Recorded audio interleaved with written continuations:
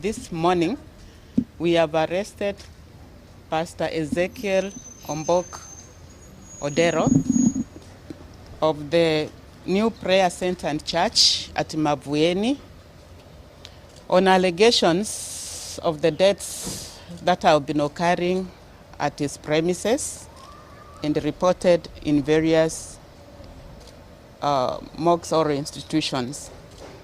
We've also taken action and closed down the prayer center. So we are urging and giving information to the public that prayer center has been closed down, and whoever was in there has been cleared out.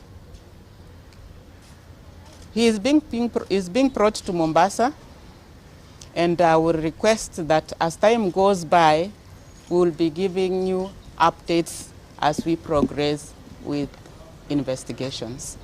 Thank you very much.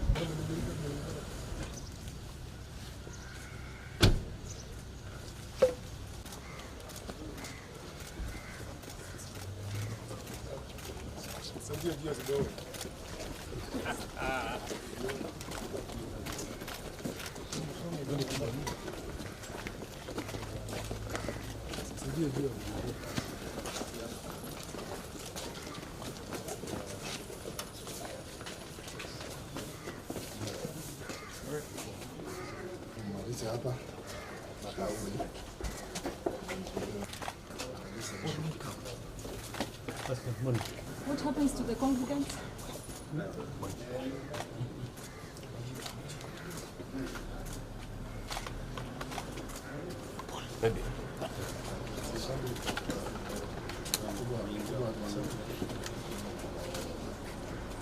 Pastor.